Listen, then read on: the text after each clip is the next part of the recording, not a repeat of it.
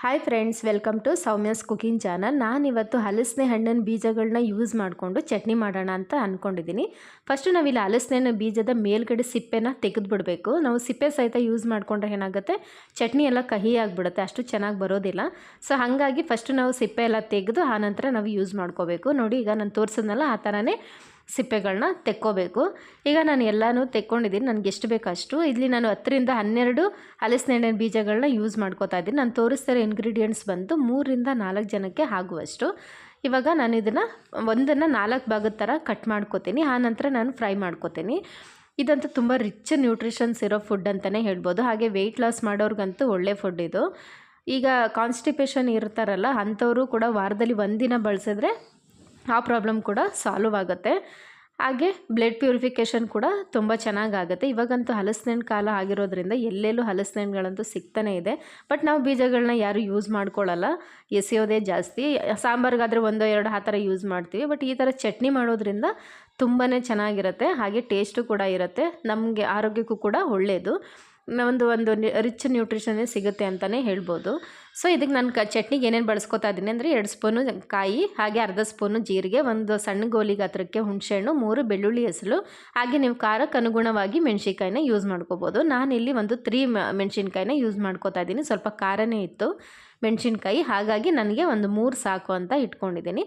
ಹಾಗೆ ಇಲ್ಲಿ ನಾನು ಒಂದು ಪಾತ್ರೆ ಇಟ್ಕೊಂಡಿದ್ದೀನಿ. ನಾನು ಯಾವುದೇ ಆಯಿಲ್ ಕೂಡ ಯೂಸ್ ಮಾಡ್ತಾ ಇಲ್ಲ, ಹಾಗೇ ಹುರ್ಕೋತೀನಿ. ಇದನ್ನು ನಾನು ಏನು ಕಟ್ ಮಾಡಿ ಇಟ್ಕೊಂಡಿದ್ದೆ ಹಲಸಿನ ಹಣ್ಣು ಬೀಜಗಳದ್ದು ಅದನ್ನೆಲ್ಲ ಹಾಗೆ ಹುರ್ಕೋತಾ ಇದ್ದೀನಿ. ಅದು ಚೆನ್ನಾಗಿ ಒಂದು ಸ್ವಲ್ಪ ಕೆಂಪು ಬಣ್ಣ ಬರಬೇಕು, ಅಲ್ಲಿವರೆಗೆ ಫ್ರೈ ಮಾಡಿಕೊಂಡ್ರೆ ಆಯಿತು. ನೋಡಿ, ಇವಾಗ ಚೆನ್ನಾಗಿ ಕೆಂಪು ಬಣ್ಣ ಬಂದಿದೆ, ಫ್ರೈ ಕೂಡ ಆಗಿದೆ. ಇದು ಚೆನ್ನಾಗಿ ಆರಬೇಕು, ಆ ನಂತರನೇ ನಾನು ಚಟ್ನಿಗೆ ಯೂಸ್ ಮಾಡ್ಕೋತೀನಿ.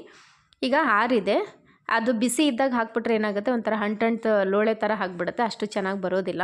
ಚೆನ್ನಾಗಿ ಆರಿದ ಮೇಲೆ ಯೂಸ್ ಮಾಡಿಕೊಂಡ್ರೆ ಚೆನ್ನಾಗಿರುತ್ತೆ. ಈಗ ನಾನು ಏನೇನು ತೊಗೊಂಡಿದ್ದೆ ಚಟ್ನಿಗೆ, ಕಾಯಿ ಮತ್ತು ಮೆಣಸಿನ್ಕಾಯಿ, ಬೆಳ್ಳುಳ್ಳಿ, ಹುಣಸೆಹಣ್ಣು, ಹಾಗೆ ಜೀರಿಗೆ, ಅದನ್ನು ಕೂಡ ಇಲ್ಲಿ ಹಾಕ್ಕೊಂಡಿದ್ದೀನಿ. ಹಾಗೆ ರುಚಿಗೆ ಎಷ್ಟು ಬೇಕಷ್ಟು ಉಪ್ಪು ಕೂಡ ಸೇರಿಸ್ಕೊಂಡು ನಮ್ಗೆ ಎಷ್ಟು ಸಾಧ್ಯನೋ ಅಷ್ಟು ನುಣ್ಣಿಗೆ ಇದನ್ನು ರುಬ್ಕೋಬೇಕು. ನಾನು ಫಸ್ಟು ನೀರೇನು ಸೇರಿಸ್ತಾ ಇಲ್ಲ, ಹಾಗೇ ರುಬ್ಕೋತೀನಿ. ಸ್ವಲ್ಪ ತರಿ ಎಲ್ಲ ಆಗಬೇಕು, ಆ ನಂತರ ನಾನು ನೀರನ್ನ ಸೇರಿಸ್ಕೊಂಡು ರುಬ್ಕೋತೀನಿ. ಯಾಕೆಂದರೆ ಅದು ಬೀಜಗಳು ಆಗಿರೋದ್ರಿಂದ ಫಸ್ಟೇ ನೀರು ಹಾಕ್ಬಿಟ್ರೆ ಏನಾಗುತ್ತೆ, ಅಷ್ಟು ನೀಟಾಗಿ ರುಬ್ಕೊಳ್ಳೋಕ್ಕಾಗೋದಿಲ್ಲ.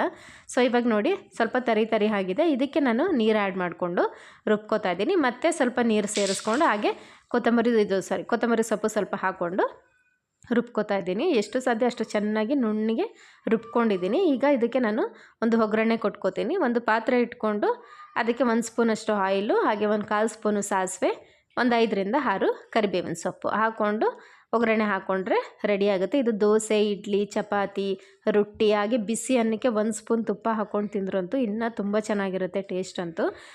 ನಾವಿದು ಹುರಿದು ಮಾಡಿರೋದ್ರಿಂದ ಕೆಡೋದಿಲ್ಲ. ನೀವು ಬೆಳಿಗ್ಗೆ ಮಾಡಿದ್ರೆ ಸಂಜೆವರೆಗೂ ಆರಾಮ್ಸೆ ಯೂಸ್ ಮಾಡ್ಕೋಬೋದು. ನೋಡ್ತಾ ಇದ್ದಾರಲ್ಲ, ಇವಾಗ ಹಲಸಿನ ಹಣ್ಣಿನ ಬೀಜದ ಚಟ್ನಿ ರೆಡಿಯಾಗಿದೆ. ಇವತ್ತಿನ ಬ್ಲಾಗು ಕಂಪ್ಲೀಟ್ ಆಗಿದೆ ಫ್ರೆಂಡ್ಸ್. ಮತ್ತೆ ನೆಕ್ಸ್ಟ್ ವೀಡಿಯೋದಲ್ಲಿ ಸಿಗ್ತೀನಿ. Take care.